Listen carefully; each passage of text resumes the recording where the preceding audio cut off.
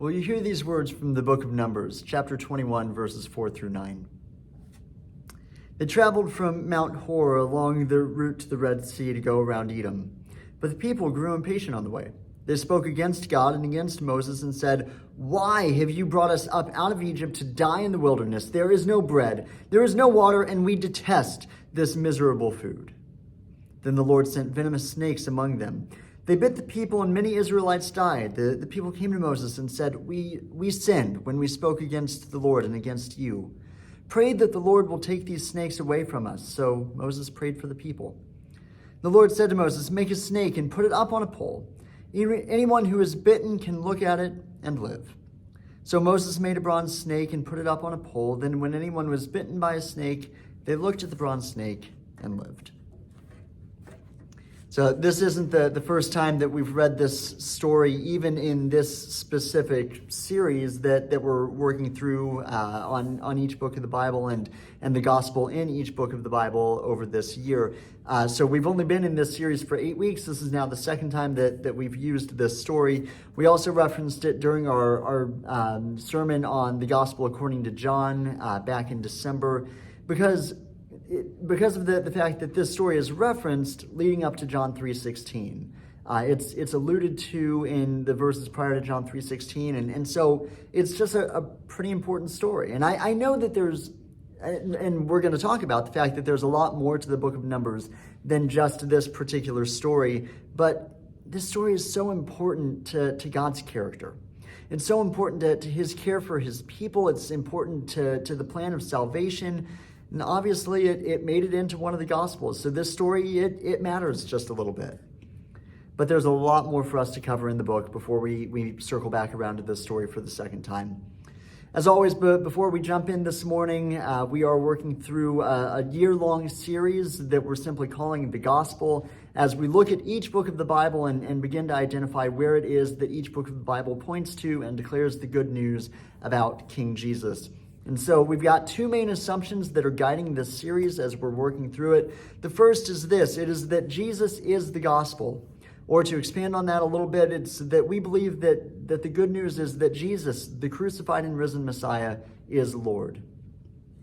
We worship him, and we declare him as the best news that the world has ever heard.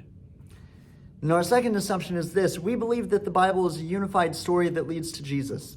Meaning that each and every word in the Bible points to Jesus, the good news that we declare to the world. So today we continue in our series, and we now turn to the book of Numbers. Now, the book of Numbers is the fourth book of the Old Testament, as well as the fourth book of the Torah at large.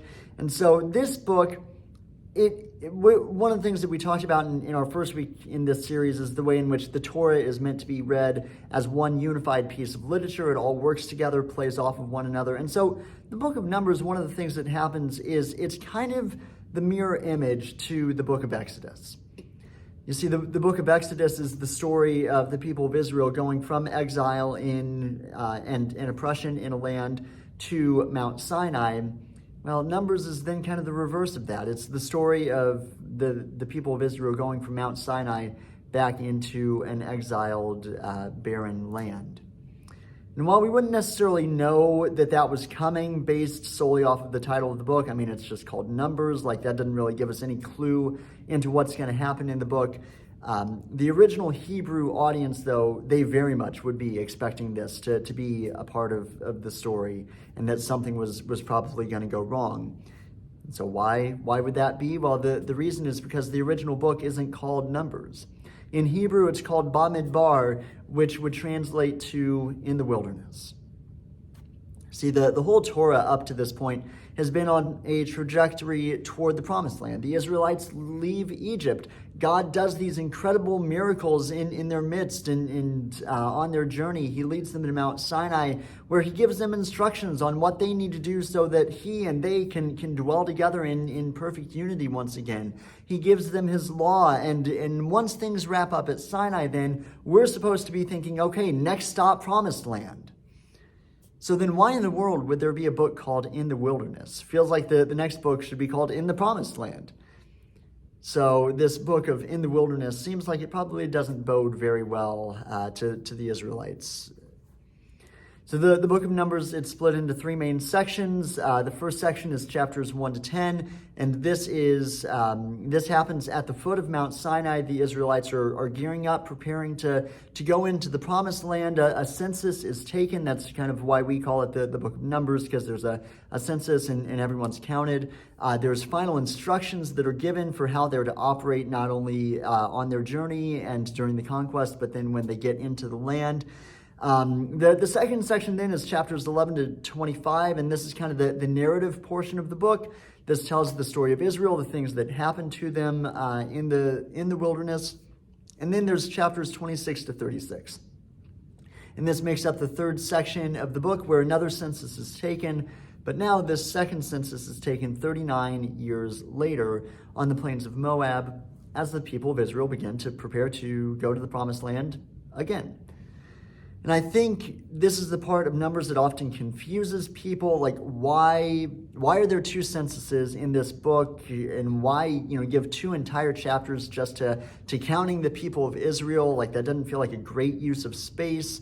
But the reason that there's these two completely different censuses is because it's two completely different groups of people. We have to look, though, now to the center section of the book today to understand why that second census was necessary in the first place. So the Israelites have been at Mount Sinai for a little shy of a year by the time we reach Numbers 10. Moses takes this census. He gets the final instructions from God of how to operate before hitting the road. But the time has finally come, and they are finally ready to leave. And Numbers 10, 11 to 13 says this: "In the second year, in the second month, on the 20th day of the month, the cloud lifted from over the tabernacle of the covenant. Then the Israelites set out by stages from the wilderness of Sinai, and the cloud settled down in the wilderness of Paran. They set out for the first time at the command of the Lord by Moses." So God is finally opening the door for the people of Israel to go and to claim the promised land. He is leading them away from the mountain toward the moment that he promised to Abraham centuries prior to this. And so it seems to me that this should be a moment of great excitement and anticipation for the people of Israel. And perhaps it was, but for no more than 3 days. And we're told that the Israelites made it a 3 days journey away from Mount Sinai, and then the story takes what is, at this point, a very predictable turn. Numbers 11, 1 to 6 tells us this story. "Now when the people complained in the hearing of the Lord about their misfortunes, the Lord heard it, and his anger was kindled. Then the fire of the Lord burned against them and consumed some outlying parts of the camp. But the people cried out to Moses, and Moses prayed to the Lord, and the fire abated. So that place was called Taberah, because the fire of the Lord burned against them. The rabble among them had a strong craving, and the Israelites also wept again and said, 'If only we had meat to eat.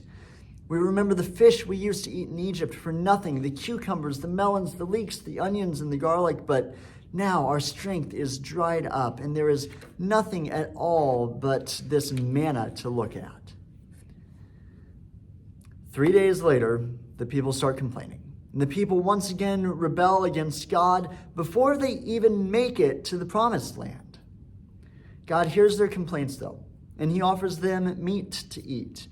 In fact, I think he does it in a somewhat snarky and sarcastic manner, if God is capable of sarcasm, which I tend to think he is.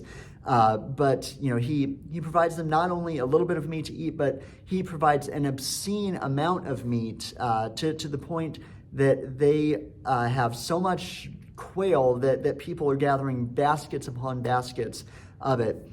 And then the Israelites are struck with a plague that I would probably identify as food poisoning, though that may or may not be true. That's just me postulating, but seems like a decent theory to me. And so, there's this plague. And then things continue to escalate after this, because then not only do the Israelites rebel, but then the next rebellion is from Moses' siblings, Aaron and Miriam. And they begin to oppose Moses. Numbers 12:2 says this, and they said, "Has the Lord spoken only through Moses? Has he not spoken through us also?" And the Lord heard this.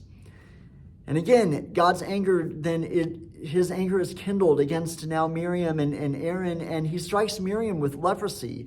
Though because of Moses and Aaron's intercession, it's only for 7 days, and then she re-enters the camp, and it's all good in the long run. But still, this is a significant point of conflict between Moses and the people that should be his most trusted allies. So this trip, not exactly starting out well for the people of Israel. It seems that their distrust of God and their rebellion against him is becoming increasingly common. And now it's coming even from those that are closest to Moses. But then it's chapter 13 and 14 where things really begin to come off the rails. Because the Israelites, they make it to Canaan, and they send in 12 spies. They send in a clan leader from each of the 12 tribes, meaning that these are trustworthy men that are overseers or at least significant figures in each different clan in Israel. These are potentially some of the people that have even been set up as Moses' helpers to help settle disputes and settle conflict within the nation of Israel. These are people that should have had a deep faith and a deep trust in God's work in the life of Israel. They should be trustworthy, and they blow it. They go into the land, and they get overwhelmed by the size and the power of the nations that they'll have to face. And they basically come back to the people of Israel screaming in terror. Or at least 10 of them do. There are 2 dissenting voices, Caleb and Joshua, who believe that they can enter the promised land, that God will be faithful to the promises that he's given them. But those 2 men get shouted down pretty quickly, and the people rebel. Numbers 14, starting in verse 1, says this: "Then all the congregation raised a loud cry, and the people wept at night. And all the Israelites complained against Moses and Aaron. The whole congregation said to them, 'Would that we have died in the land of Egypt, or that we would have died in the wilderness. Why is the Lord bringing us into this land to fall by the sword? Our wives and our little ones will become plunder. Would it not be better for us to go back to Egypt?' So they said to one another, 'Let us choose a captain, and let us return to Egypt.'" Despite all the pleading that Moses and Aaron and Caleb and Joshua do to beg the people of Israel to be obedient to God, to trust his will and his plan, it's to no avail, and the people threaten to stone the 4 of them. And God intervenes. He saves these 4 men who are trying to be faithful, but God condemns the rest of the congregation. He promises that the Israelites, they will wander in the desert for 40 years, unable to enter the promised land because of their rebellion, until that entire generation has passed away, with the exception of Caleb and Joshua, who are told that they will be allowed to enter the promised land one day. And that's why there's a second census in the book. What we don't necessarily get a good glimpse at, just because of the way that the book is written, is that about 40 years pass between Numbers 1 and Numbers 26. An entire generation dies off. And so it's a reset moment for the Israelites when that second census is taken. It's signifying that time has passed and a new generation has risen up. In both cases, in Numbers 1 and 26, a census immediately precedes Israel getting to head toward the promised land. And there's a reason then that the fact that there's 2 censuses is just devastating and deeply disappointing. The first census failed. The first group of Israelites, they failed to follow God's will, and they messed up, and they ended up dying in the wilderness as a result of it. But God still offers then this second generation a chance to redeem the mistakes of their parents and their ancestors and to claim the promises that God had made to them. And so you would probably think here that now the Israelites, after chapters 13 and 14, are going to begin to learn from their mistakes and begin to be obedient to both God and Moses. And once again, you would be very wrong. Next, there's a rebellion of Levites in Numbers 16, who believe that they are suited to be in God's presence in the same way that Moses and Aaron are, and that God can still work in their life, and they can still enter the tabernacle and all of the things that Moses and Aaron do. They try to raise themselves up, and God disagrees with their assessment and ends up killing many of them. But then comes the really painful rebellion in the book. Chapter 20, we've seen the people rebel. We've seen the Levites rebel. We've seen the people that are closest to closest to Moses, Miriam and Aaron, rebel. We've seen leaders of the tribes rebel. But now even Moses falls short. The man that we've now spent nearly 3 entire books looking to, hoping that he would be the snake crusher that God promised, even Moses falls short of the mark. So in Numbers chapter 20, it says this: "Now there was no water for the congregation. So they gathered together against Moses and against Aaron. The people quarreled with Moses and said, 'Would that we have died when our kindred died before the Lord.'" That's always their theme. They just are all, well, anyway, their complaining gets very repetitive. Anyway, back in verse 4. "Why have you brought the assembly of the Lord into this wilderness for us and our livestock to die here? Why have you brought us up out of Egypt to bring us to this wretched place? It's no place for grain or figs or pomegranates, and there is no water to drink." Then Moses and Aaron went away from the assembly to the entrance of the tent of meeting. They fell on their faces, and the glory of the Lord appeared to them. The Lord spoke to Moses, saying, "Take the staff and assemble the congregation, you and your brother Aaron, and command the rock before their eyes to yield its water. Thus you shall bring water out of the rock for them. Thus you shall provide drink for the congregation and their livestock." So Moses took the staff from before the Lord as he commanded him. Moses and Aaron gathered the assembly together before the rock, and Moses said to them, "Listen, you rebels, shall we bring water for you out of this rock?" Then Moses lifted up his hand and struck the rock twice with his staff, and water came out abundantly. And the congregation and their livestock drank. But the Lord said to Moses and Aaron, "Because you did not trust me to show my holiness before the eyes of the Israelites, therefore you shall not bring this assembly into the land that I have promised them." At first reading, this feels a little harsh to me. Feels like it's probably not that big of a deal to begin with. I mean, God wanted to provide water for the people of Israel. And he tells Moses to bring water out from the rock. Sure, he says to speak to it, but instead Moses hits it. But water still comes out. God still does the miracle. God still provides for the needs of the people of Israel. So why the severe punishment? Why not let him enter the land for this one little thing after all that Moses has done, after all that he has gone through? But the reason is because just like practically every other rebellion in the Torah up to this point, Moses is not trusting in God to provide. You see, in Exodus 17, there's a very similar story. The Israelites, they're out of water. They start whining about not having any water, about how God brought them out of Egypt just to let them die. The complaints are very similar. They, like I said, it gets very repetitive. And God tells Moses to strike a rock in Exodus 17, and then water will come out, and the Israelites will drink. And he does, and boom, there's water. Life is good. The story is exactly what happens in Numbers 20. And it isn't a problem in Exodus 17, so why would it be a problem in Numbers 20? Even if there is potentially as much as a 40-year gap in between these two stories. But the problem is, the difference is, God gives different instructions.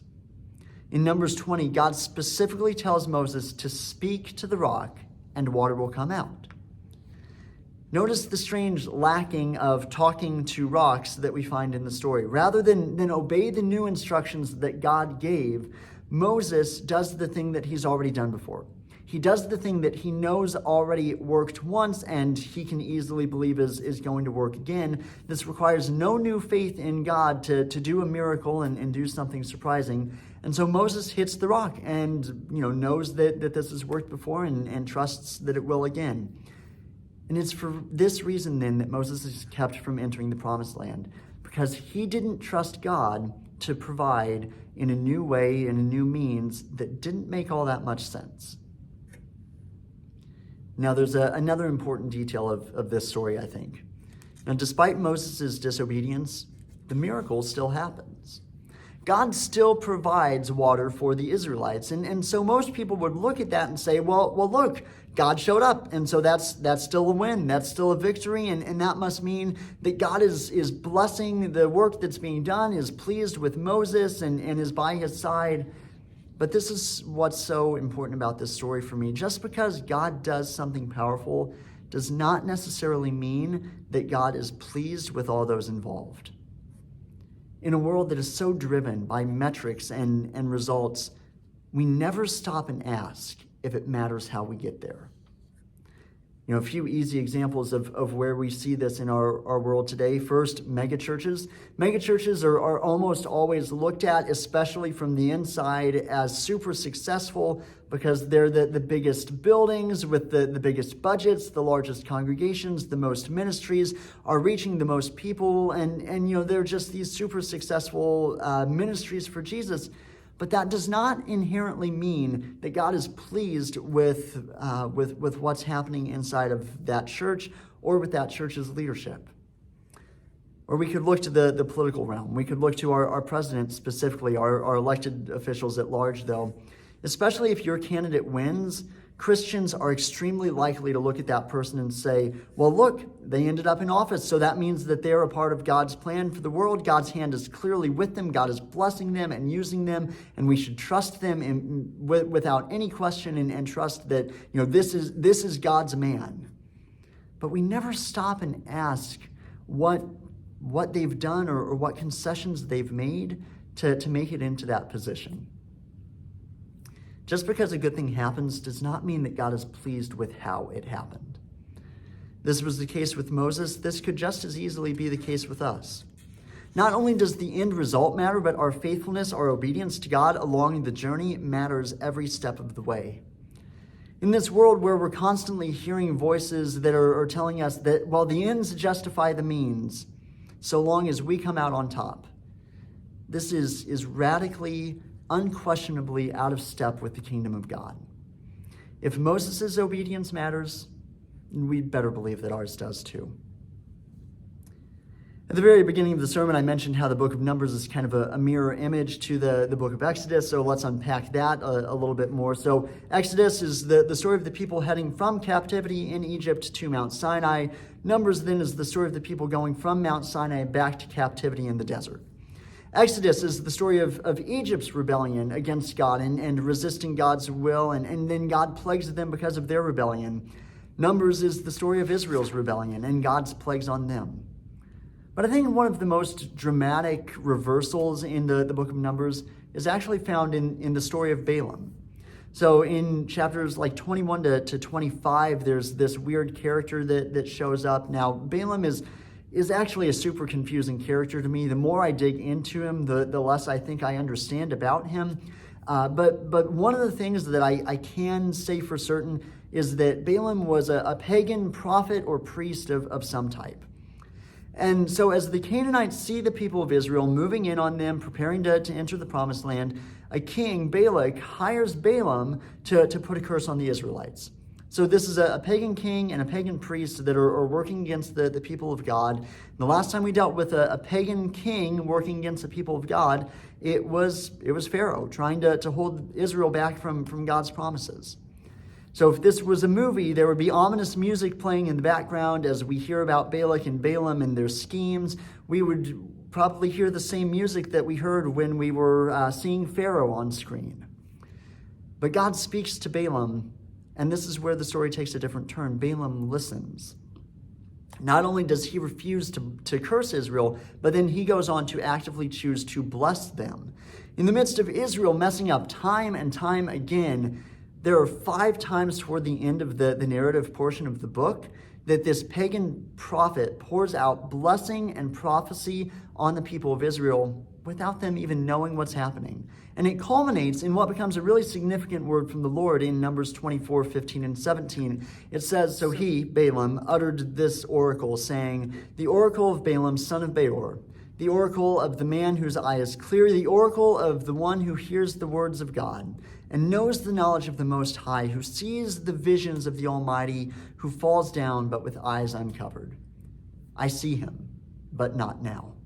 I behold him, but not near. A star shall come out of Jacob, and a scepter shall rise out of Israel. It shall crush the borderlands of Moab and the territories of all the Shethites." Rather than this king, Balak, successfully resisting the people of God and putting a curse on Israel, his story brings about not only great blessing to the people of Israel, but what becomes one of the most significant prophecies in the book of Numbers about the Messiah, Jesus. I see him, but not now. I behold him, but not near. A star shall come out of Jacob, and a scepter shall rise out of Israel. and we wonder why the Magi were waiting so intently for a star to show up. But it's not just the explicit prophecies about the Messiah that point to Jesus in this book of Numbers. Where we find Jesus foreshadowed the most explicitly is in a story that we skipped over because, again, we read it there at the beginning in Numbers 21. This story takes place after Moses and Aaron's rebellion, after all the shortcomings we've already talked about, and the people are still grumbling. The people are still upset, and I love that in this case, nothing specific really happens to trigger them. They just got impatient and angsty while they were on the road. That's pretty much all that happens. They complain, and this time God responds with the plague of serpents, from which many people die. But God, as always, he offers them a way out of their mess.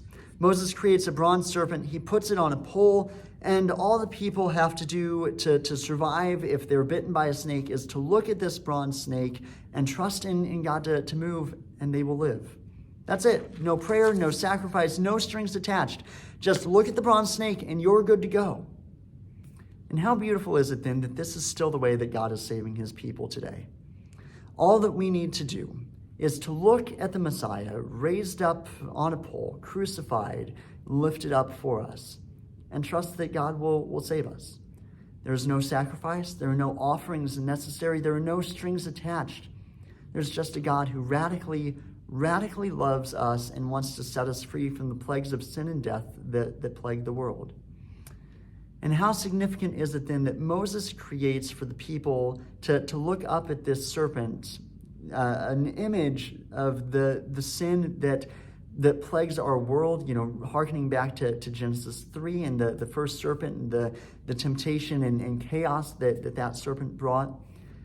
But now we look up not to a serpent anymore, not to a reminder of the sin and death that plague our world, but we look up to the snake crusher, our crucified Messiah and Lord.